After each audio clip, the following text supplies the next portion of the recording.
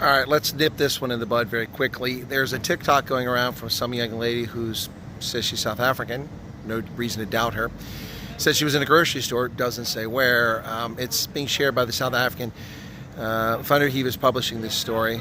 Another TikTok publishing another TikTok that leads to a news story in South Africa on the South African. I'm getting a little bit concerned about the reliance on social media for news reporting in South Africa. So I don't know the circumstances. I just know this. It seems quite odd that someone would approach you as a South African and say, when you say you're from South Africa, oh, you shouldn't have been granted refugee status. I mean, South Africans can't even get this right. Even in the article, Heaver calls it asylum again. It's not asylum. Asylum is a legal definition. You can only apply for asylum if you're legally in the United States.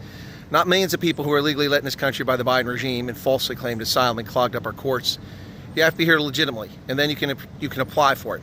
These people aren't granted asylum, they are refugees. They're granted refugee status like 3.1 million other people since 1980 under the Immigration Nationality Act. So even in the story from South Africa, they can't get the term right.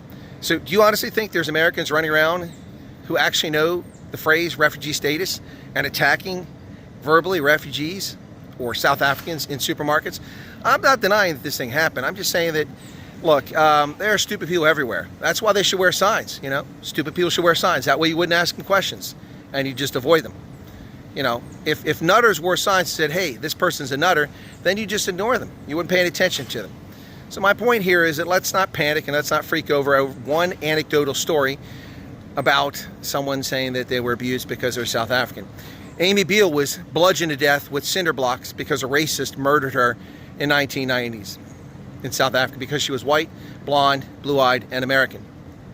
Americans have been murdered on Table Mountain because they're Americans. We saw an American physician nearly murdered and shot in Cape Town last year. So let's not panic over people being targeted because of nationality. It happens all over the world. But she did make a point. She said the person that actually targeted her was Mexican. Of course, I don't know if she knew she was actually Mexican, but the point is that let's take a deep breath, calm down. A country of 330 million people, you know, it takes hours to fly from one side of the continent to the other and from the top to the bottom. There's a lot of people here, and most people know nothing about what the term refugee status is, let alone what a refugee is, and wouldn't know you're a refugee just because you're from South Africa. If someone thinks because you're from South Africa you're a refugee, that sounds highly implausible.